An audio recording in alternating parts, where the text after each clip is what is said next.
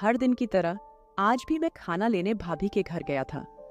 जब मैं घर पहुंचा तो भाभी नाइटी पहनकर सोफे पर बैठी हुई थी। मैंने भाभी से खाना पैक करने को कहा। वह कहने लगी, खाना थोड़ी देर में लेकर जाना, पहले तुम मेरे जरा पैर दबा दो। मैंने कहा, भाभी ये आप क्या कह रही हैं? वह कहने लगी, फिक्र मत करो, यहाँ कोई नहीं है, कोई तुम्हें कुछ नहीं बोलेगा। मैं घर पर बिल्कुल अकेली हूँ और तुम्हारे भैया तो दुकान पर हैं। मैं वहीं बैठकर उनके पैर दबाने लगा। पैर दबाते वक्त मेरी नजरें नीची थीं। अचानक भाभी बोली, अच्छा एक बात बताओ समीर, क्या तुम्हारी कोई सहेली है? मैंने कहा, सहेली? मैं समझा नहीं भाभी, आप क्या कहना चाहती हैं? वह कहने लगी, अरे बुद्धू, मेरा मतलब है कि कोई गर्लफ्रेंड है या नहीं? मैंने कहा, भाभी कैसी बात करती हो, मैं उस टाइप का लड़का नहीं हूं, और वैसे भी यह गर्लफ्रेंड का मामला तो अमीर लोगों का होता है। आप तो हमारे घर के हालातों को अच्छी तरह से जानती हैं। वह कहने लगी, अच्छा तो इसका मतलब तुम अभी तक कुंवारे हो। इतना कहकर वह जोर से हंस पड़ी। उनकी यह बात सुनकर मैं थोड़ा शर्मिंदा हो गया। वह कहने लगी, अच्छा तो एक बात बताओ, क्या तुम्हारा मन नहीं करता? मैंने कहा, भाभी ये आप क्या कह रही हैं? मुझे तो कुछ भी समझ नहीं आ रहा। वह कहने लगी, अरे बुद्धू, अब क्या सब कुछ मैं खुलकर बताऊं तुम्हें? तुम्हारे अंदर बिल्कुल भी समझ नहीं है।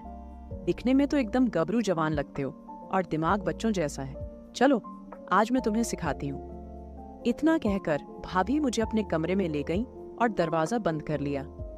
फिर भाभी बनिक बैठ गई और मेरा, हेलो दोस्तों, स्वागत है आप सभी का हमारी एक और रोमांचक कहानी में।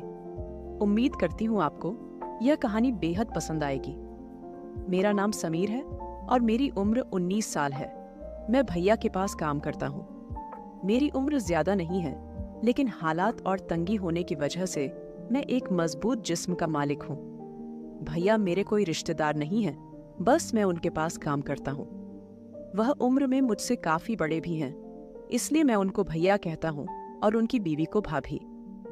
तकरीबन 3 साल पहले मैं उनके पास आया था और उस वक्त मैं सिर्फ 16 साल का था। तब से लेकर आज तक मैं उनके पास ही काम कर रहा हूँ और अपनी पूरी ईमानदारी और मेहनत से उनके पास काम करता हूँ। इसी वजह से भैया मेरे साथ बहुत नरमी से पेश आते हैं और वह मुझ पर पूरा भरोसा भी करते हैं। भैया की फैमिली ज्यादा बड़ी नहीं है। उनकी 2 बेटियां, 1 बेटा और उनकी बीवी है। उनकी बीवी बहुत ही कम उम्र की है। भैया की उम्र करीब 30 साल है और उनकी बीवी की उम्र तकरीबन 25 साल की है। उन दोनों की उम्र में इतना फर्क क्यों है, इसके बारे में मुझे ज्यादा जानकारी नहीं है। उनकी बड़ी बेटी की उम्र 10 साल है, छोटी बेटी 9 साल की है और उनका बेटा इस वक्त सिर्फ 7 साल का है। उनका कारोबार भी बहुत अच्छा चलता है। यही वजह थी कि उनके घर में जरूरत की हर चीज मौजूद थी।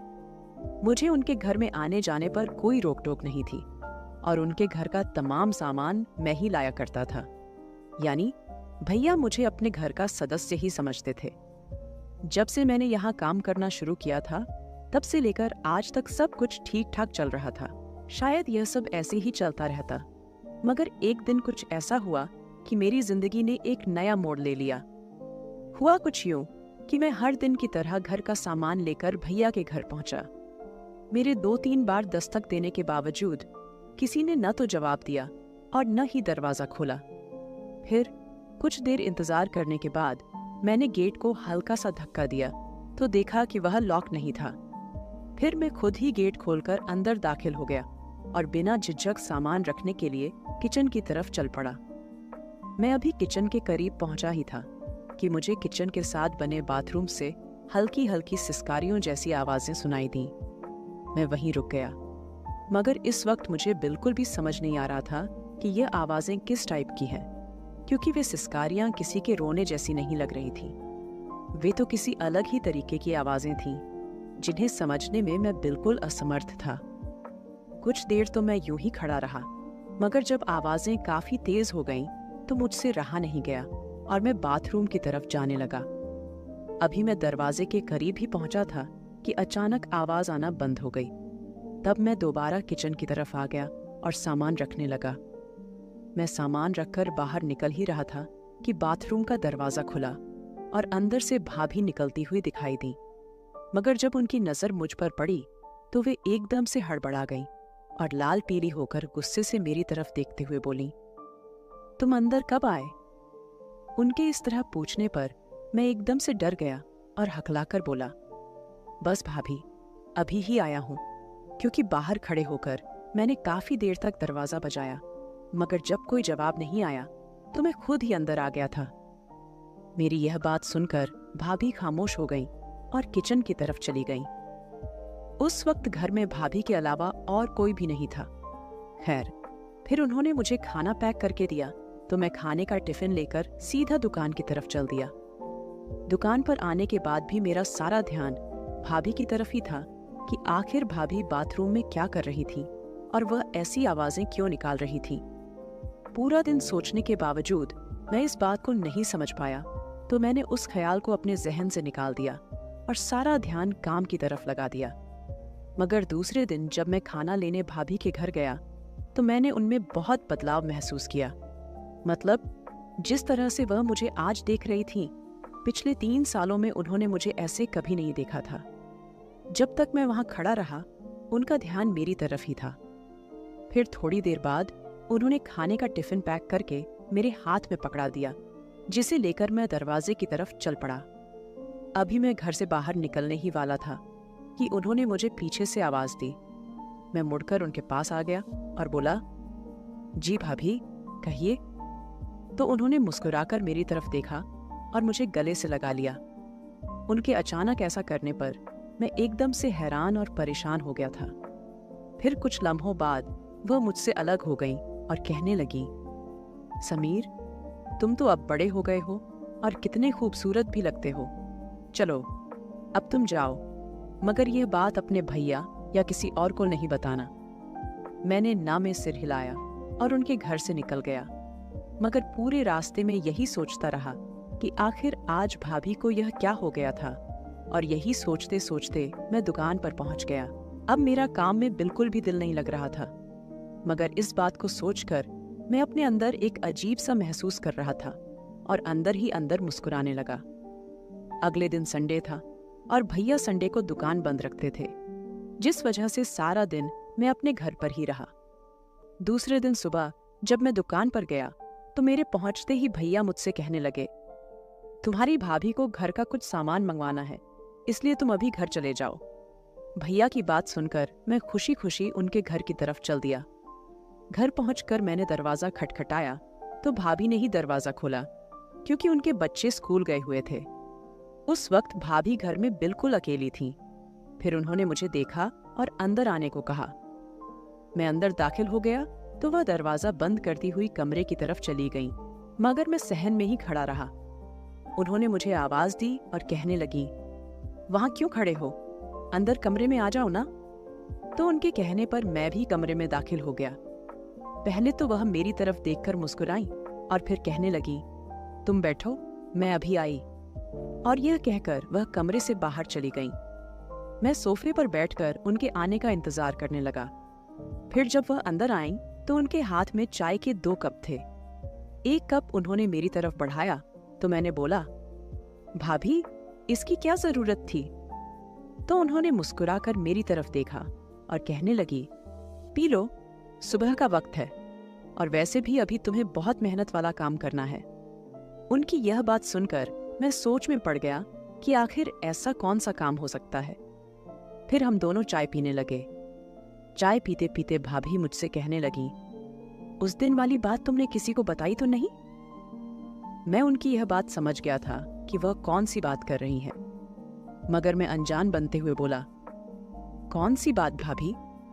तो वह कहने लगी, अरे, इतनी जल्दी भूल गए तुम? तुम्हें याद नहीं कि जब तुम परसों खाना लेने आए थे और जाते हुए मैंने तुम्हें गले से लगाया था? मैं बोला, जी भाभी, याद है, मगर यह बात मैं किसी को भला क्यों बताता, और वैसे भी यह बात तो मुझे याद भी नहीं थी। अभी आपने जिक्र किया तो याद आई। मेरी यह बात सुनकर वह उठी और मेरे बिल्कुल करीब आकर बैठ गईं। फिर मुझसे कहने लगी, देखो, अभी तुम में इतनी समझ नहीं है कि कौन सी बात छुपाने वाली है और कौन सी नहीं, क्योंकि जो काम मैं तुमसे लेने वाली हूँ उसका हरगिज किसी को पता नहीं चलना चाहिए। वह मुझे बड़े प्यार से समझा रही थी और मैं उनकी बातें बड़े गौर से सुन रहा था, मगर इस वक्त मेरे अंदर कई सवाल जन्म ले रहे थे कि ऐसा कौन सा काम हो सकता है। खैर, जब यह सब बातें वह मुझसे कह चुकी तो मैंने उनसे कहा, भाभी, आप बिल्कुल बेफिक्र रहो। मैं आपसे वादा करता हूं कि आप जिस बात का मना करेंगी वह बात मैं किसी को भी नहीं बताऊंगा। मेरी यह बात सुनते ही वह एकदम से मुस्कुराते हुए बोली, शाबाश, मुझे तुमसे यही उम्मीद थी। और यह कहकर वह खड़ी हो गई। मगर हैरत का पहाड़ तो मुझ पर उस वक्त टूटा जब भाभी ने पैरों की मालिश करने को कहा। वह कहने लगी, आज काम बहुत ज्यादा था इसलिए मैं बहुत थक गई हूं। समीर, थोड़े पैर दबा दो। मैंने कहा, भाभी, ये आप क्या कह रही हैं? वह कहने लगी, फिक्र मत करो, यहाँ कोई नहीं है, कोई तुम्हें कुछ नहीं बोलेगा। मैं घर पर बिल्कुल अकेली हूँ और तुम्हारे भैया तो दुकान पर हैं। मैं वहीं बैठकर उनके पैर दबाने लगा। पैर दबाते वक्त मेरी नजरें नीची थीं।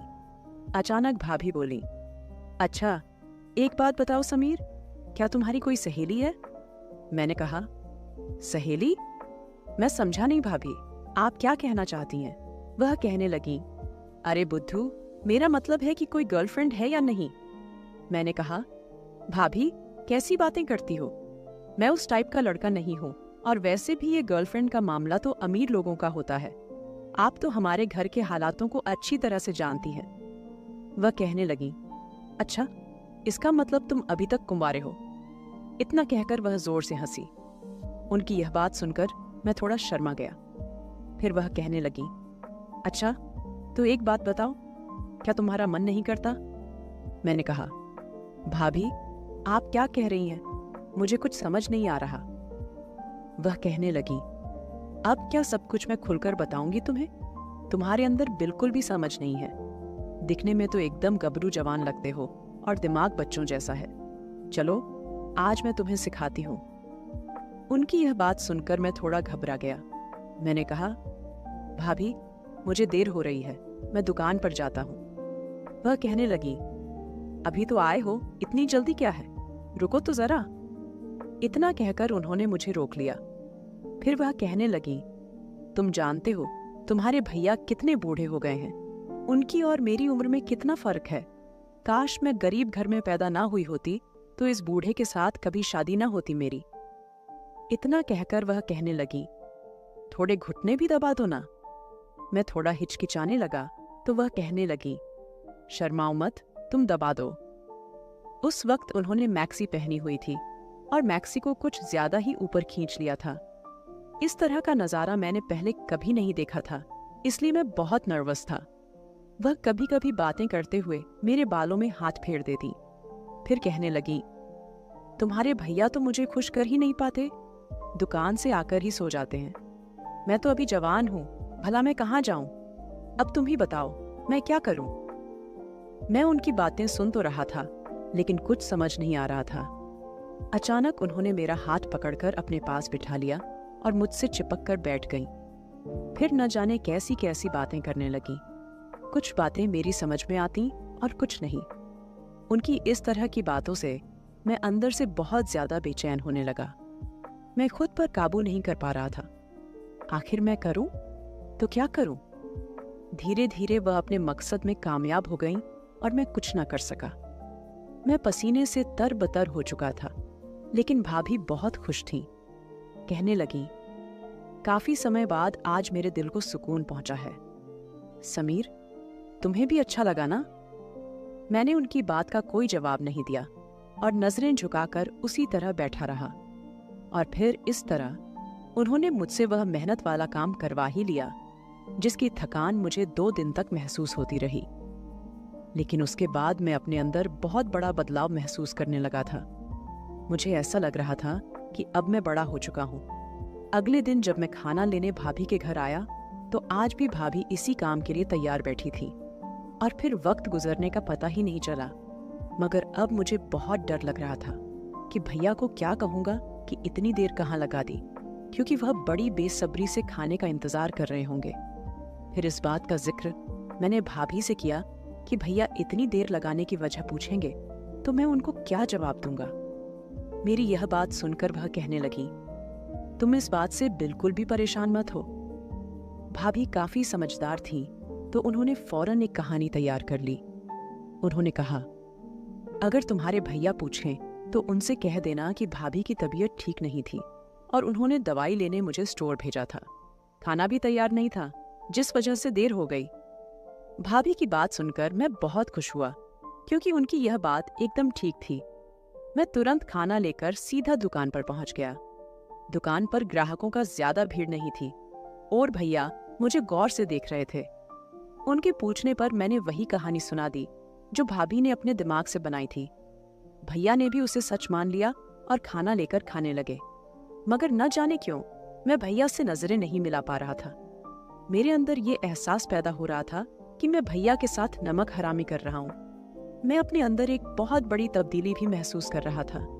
अगले दिन जब मैं खाना लेने गया तो भाभी बहुत खुश लग रही थी। आज उनका एक अलग ही रूप था। मगर मैंने ज्यादा बात नहीं की, बल्कि खामोश ही रहा क्योंकि मुझे भैया के साथ बेवफाई महसूस हो रही थी। शायद यही वजह थी कि मैं भाभी से बात करने से हिचक रहा था, जबकि भाभी मुझे मुस्कुराते हुए देखे जा रही थी। मेरी यह कैफियत देखकर उन्होंने मुझसे कोई बात नहीं की। फिर खाने का टिफिन मेरे हाथ में देते हुए कहने लगी, क्या बात है फरहान, आज तुम बहुत उदास लग रहे हो। भाभी की बात सुनकर मैंने सिर्फ इतना कहा, बस ऐसे ही। वह कहने लगी, कल जो तुमने मुझे खुशी दी थी, मैं उसके लिए तुम्हारी बहुत शुक्रगुजार हूँ। देखो, तुम कुछ बुरा मत सोचना, बस तुम मेरी जरूरत का ख्याल रखो और मैं तुम्हारी जरूरत का ख्याल रखूंगी। उसी तरह हम दोनों ने एक दूसरे की जरूरतों का ख्याल रखना है। यह कहकर भाभी ने 1000 का नोट मेरी जेब में डाल दिया।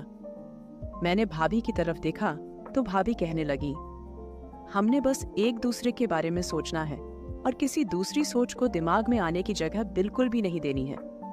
तुम समझ रहे हो ना मैं क्या कह रही हूँ?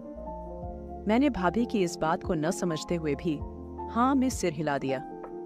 वह दोबारा मुझे खामोश देखते हुए कहने लगी, मैं जानती हूँ कि तुम इतने खामोश क्यों हो, क्योंकि तुम अपने बुढ़े भैया की तरफ देख रहे हो। वह मेरे किसी काम का नहीं है। उसके चक्कर में मैं अपनी जवानी क्यों खराब करूं? मैं एक जवान और खूबसूरत औरत हूँ और वह बुढ़ा कब्र में पैर लटकाए बैठा है। इसलिए उसके बारे में ज्यादा मत सोचो। मुझे लगा भाभी वाकई मेरे दिल तक पहुंच गई हैं। अब उन्हें इस बात का बखूबी अंदाजा हो चुका था कि मैं भैया से बदअमानी पर शर्मिंदा हूँ। भाभी ने मुझे इस शर्मिंदगी से निकालने के लिए कई बातें की और आखिर में मुझे इस बात पर कायल कर ही लिया कि जो कुछ हमारे दरमियान हुआ वह हमारी जरूरत थी, जिसे भैया ताहिर पूरा नहीं कर सकते थे। अब तो मैं इंतजार करता कि कब वह कहे और मैं खाना लेने के बहाने भाभी के घर जाऊं। फिर एक दिन जब मैं खाना लेने गया तो भाभी मुझसे कहने लगी, इतने कम वक्त में मुझे सब्र नहीं आता। तुम कोशिश करके कोई पूरा दिन निकालो ताकि हम आराम से वक्त बिता सकें। मैंने उन्हें अपनी मजबूरी बताई कि मैं ज्यादा वक्त कैसे निकाल सकता हूँ, मैं इस मामले में मजबूर हूँ। तो भाभी कहने लगी, चलो फिर मैं ही कुछ करती हूँ और कोई तरकीब सोचती हूँ। दूसरे दिन जब मैं भाभी के घर गया तो वह काफी खुश नजर आ रही थी। मैंने वजह पूछी तो उन्होंने बताया कि उन्हें एक तरकीब सूझी है जिसमें मुझे 3-4 दिन के लिए दुकान की जिम्मेदारी संभालनी होगी और साथ ही उनके घर भी रहना पड़ेगा। मैंने भाभी से पूछा, ये कैसे मुमकिन है? इस पर वह कहने लगी, मैं तुम्हारे भैया को 3-4 दिनों के लिए दूसरे शहर भेज सकती हूँ क्योंकि तुम्हारे भैया के बड़े भाई की तबीयत कई दिनों से बहुत खराब है। तुम्हारे भैया दुकान और घर की मजबूरी की वजह से उनकी खबर जानने के लिए नहीं जा पा रहे। दुकान का सारा काम मैं बखूबी जानता था और घर में रहना भी मेरे लिए मुश्किल नहीं था, इसलिए मैंने फौरन हामी भर दी।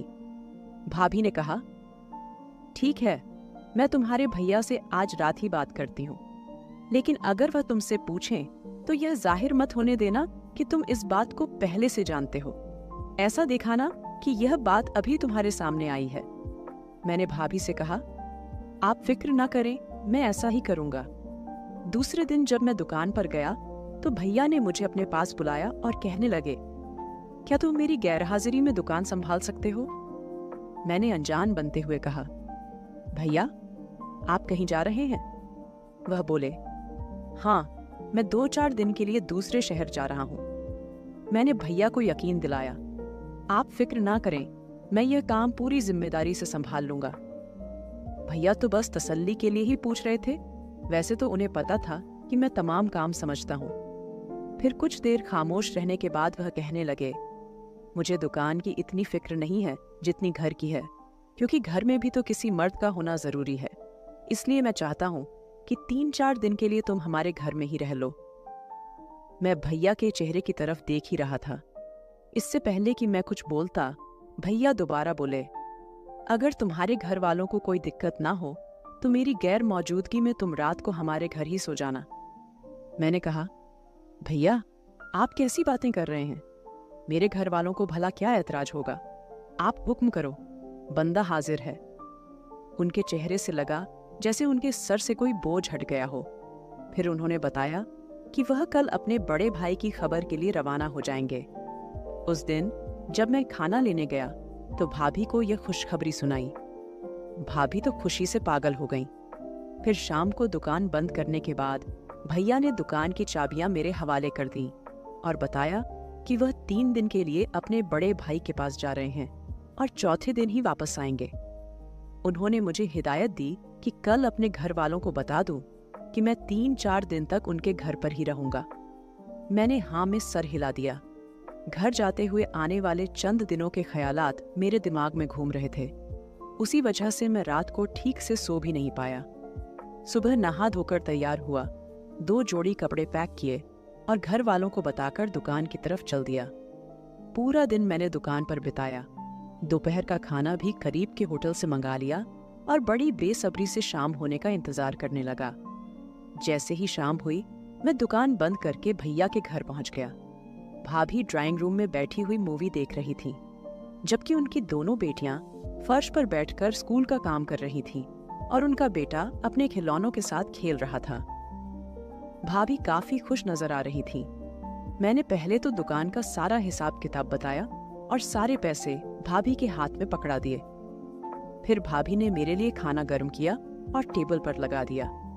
जब मैं खाना खा चुका तो भाभी भी दूसरे सोफे पर जाकर बैठ गईं। भाभी मुझसे कह रही थी, इसे अपना ही घर समझो। लेकिन उनकी बड़ी बेटी बार बार अपनी किताबों से नजरें उठाकर मेरी तरफ देख रही थी। उनके बच्चे मुझे जानते थे और मुझसे घुले मिले भी थे, लेकिन आज पहली बार मैं इस वक्त उनके घर आया था। शायद इसी वजह से उन्हें कुछ हैरानी हुई थी। भैया की बड़ी बेटी काफी समझदार थी। उसे पता था कि उसके पापा घर पर नहीं हैं, इसीलिए मैं उनके घर रहूंगा जब तक कि उनके पापा वापस ना आ जाएं। मुझे बैठे हुए कुछ ही देर हुई थी कि भाभी का बेटा खिलौने छोड़कर मेरी गोद में आकर बैठ गया। कुछ देर मेरी गोद में खेलता रहा और फिर सो गया। भाभी उसे मेरी गोद से लेने के लिए मेरे करीब आईं, तो मेरी नजरें उनकी बेटी की तरफ उठ गईं कि कहीं उसने अपनी माँ को मेरे इतने करीब आते हुए तो नहीं देख लिया। वह अपने काम में व्यस्त थी। भाभी अपने बेटे को मेरी गोद से उठाते हुए बोली, चलो तुम भी आओ, तुम्हें तुम्हारे सोने की जगह दिखा दूं। मैं खामोशी से उठा और भाभी के पीछे चल दिया। भाभी ने पहले अपने बेटे को अपने कमरे में लिटाया, फिर एक कमरा छोड़कर अगले कमरे का दरवाजा खोलते हुए कहने लगी, यह तुम्हारा कमरा है और तुम्हें यहाँ कोई डिस्टर्ब नहीं करेगा सिवाय मेरे। यह कहते हुए भाभी मुस्कुराई और एक आंख दबा दी। मैंने भी मुस्कुराते हुए उनकी तरफ देखा। मेरे बगल वाला कमरा ही उनकी दोनों बेटियों का था। कमरा देखकर हम वापस ड्राइंग रूम में आ गए। भाभी और मैं काफी देर तक इधर उधर की बातें करते रहे। जब रात को 10 बजे तो भाभी ने अपनी बेटियों को सोने के लिए कह दिया। फिर मैंने भी सोने की कहकर उठने का बहाना किया। असल में सोना किसे था, बस उनकी बेटियों को दिखाना था। मैं अपने कमरे में जाकर लेट गया।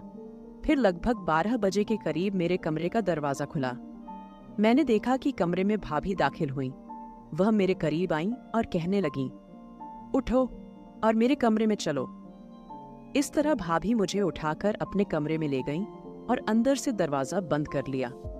फिर जैसे ही भाभी मेरे करीब आई और हमारे बीच कुछ होता, तभी अचानक भैया पर्दे के पीछे से बाहर आए और एक जोरदार तमाचा मेरे मुंह पर मारा।